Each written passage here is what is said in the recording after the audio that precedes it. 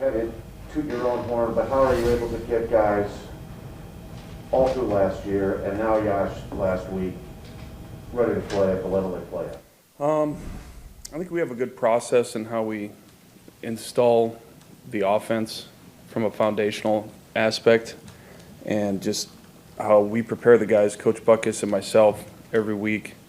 And just we're very consistent. We have our process, and it helps guys just learn the foundation, and then they're able to learn the little tweaks schematically off of that. And then just hammering home technique and really preaching playing with great fundamentals and playing with great effort. And if we do those things, we'll give ourselves a chance to be really good. So that's kind of what we talk about every single week, is just being consistent with our fundamentals and our effort, and just communicating and making sure we're all on the same point with our assignments. Aaron said he went to you earlier or some point last week and said, hey, who do you want there? And you said Yosh, and he said, really? And surprised. Yeah. What was that? Did you have to convince him of that, or what was that conversation like?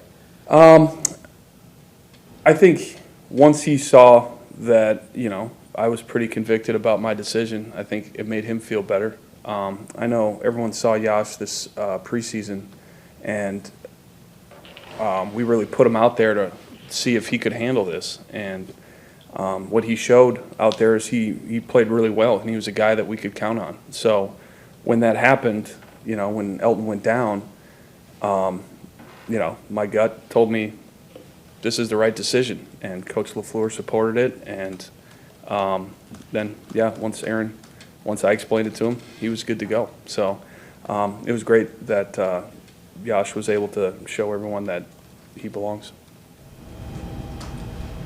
What's the biggest improvement you've seen in Josh and Royce from game one to where they are now? Their fundamentals. They just keep getting a little bit better every game with their fundamentals and putting themselves in a position to block really good players. They still have a really long way to go. They're doing fine, but I think they could be a lot better. So that's just, we're going to keep hammering with these guys. It's just understanding how guys are going to attack you, and just understanding how to put yourself in the best position to succeed. But both guys play with great effort. They both prepare the right way. They both have good head on their shoulders. So with their preparation, they put themselves in a position to be successful. Back to Yosh. He had that rough start, obviously. Did you talk to him between series, or how did you get him to settle down? Because after that, he was obviously a lot better. I think the one thing, I don't know if anyone really saw it, was David. David was there with him, like sitting next to him on the bench, just kind of talking things over with him, and did a really good job just kind of, just keeping his head in the game and not getting him not to panic or anything. And Yosh had a great look in his eye before the game. I knew he was feeling pretty good, like ready to go. But I think David did a really good job just kind of, I'm coaching everyone up, and he was just kind of making sure Yosh was good to go one-on-one. So that was pretty cool to see. And some guys are better players when they play than when they practice. Is Runyon that way? Because, he battled and didn't win that position, but all of a sudden he's... Yeah, I think Runyon just needed more reps. If you think about when he was a rookie, we didn't have preseason. So, he wasn't out there. He was just taking practice reps. And, he got thrown in a couple of games and did a good job last year. But, he's just, he kind of stepped up when we needed him, and he always has. So that's nice to have. But, again, he's got a long way to go. And, there's a lot of really good competition in the O-line room. So it's kind of a week-to-week deal with all these guys, which is nice. We got some guys behind them that are ready to play. So. And one more on Yosh, if you don't mind.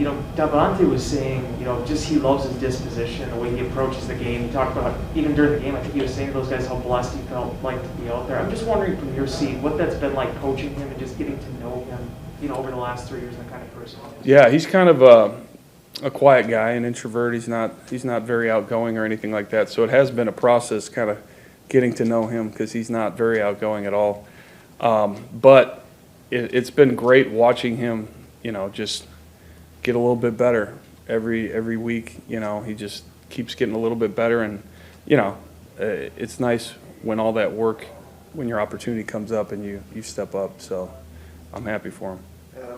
Matt mentioned something the other day about you guys tweaked some of the run blocking concepts against the Niner front.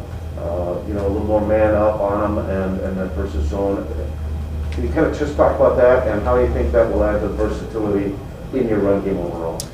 Yeah, I think one thing they're really known for is how hard they penetrate. So we just wanted to make sure we could stop that penetration as fast as possible. So we really just hammered home combinations, double teams, just keeping everything tight and really combating their penetrating style, and just letting our younger guys just work together. You know what I mean? So that worked out. Adam, with a group that young, I mean, I'm sure you were optimistic going into the game, but against that type of front where you never really know until you see it, right? I mean, is that kind of how you work? It doesn't matter. Like, you could have David and Bulaga and Eldon and Corey and all those guys, and I'm still basically a nervous wreck before every game. So, when you got to block those guys, anything can happen. And no, I'm just excited that our group did a good job. And you know, the one thing about the NFL is onto the Steelers. They're an excellent front, so we got our work cut out for us this week. That's for sure. Rogers was saying, so maybe your philosophy was a little different that you didn't, well, because Yosh was playing, I'm sure, but about leaving your tackles on an island, like that changed? Like Yeah. You guys. And I think that was one thing we learned from our 2019 experience in that stadium, was just making sure that, number one, we stayed out of as many third and longs as possible. And then number two, just if we're in those situations, we got to protect the quarterback and give him a chance to make plays. So I thought, you know, Getsy and Matt and Hackett did a really good job coming up with the third down plan that helped the tackles. And then, you know, obviously the tight ends and running backs did a great job chipping those guys and getting on them all day. So that was nice. Is that something you could see doing even like when David gets back, or do you think you go back to? I mean, yeah, I think we've always kind of had that, and we use it here and there. So, yeah, if we need to, definitely. Sarah, let's go to Zoom. Okay, we have two in here. First, Aaron Naylor. Coach, you've talked quite a bit today, and you have in the past about fundamentals and about driving that home with your guys. Given the fact that you did some more kind of man stuff, bounce concepts, etc., does that change at all during the week where we're going to accent a different type of technique, or is it kind of all the same? Yeah, no, it does. The one nice thing, like when you keep your scheme, you know, pretty basic, you can lean on the stuff that you've done all year, so you don't have to keep repping the same things over. So if you add some new wrinkles here and there, that's something you can really enforce during the week of practice and catch up on it. So, yeah, we're just, you know, when you play a team as many times as we had with those guys, you got to come up with some new stuff to be successful. So, yeah, it's just a little wrinkle. And last one, Ronnie Wood. Hey, Adam, you said that your gut was that Yosh was the right call for left tackle Sunday night. Why was that your gut feeling with what you saw from him? And specifically, what changed from late in the season, last season, when Billy slid over to make you more comfortable? I think, again, going back to not having a preseason in 2019, just kind of took away from Yosh's development and our trust in him, that we could put him out in a game and he would perform and, you know, not make mental mistakes and block the right guy and all that stuff. So that's kind of what he proved this preseason, was just, I can go out there, I can play fast against some good players, and we can count on you. And yeah, that's what I saw. So that's kind of where my gut feeling came from.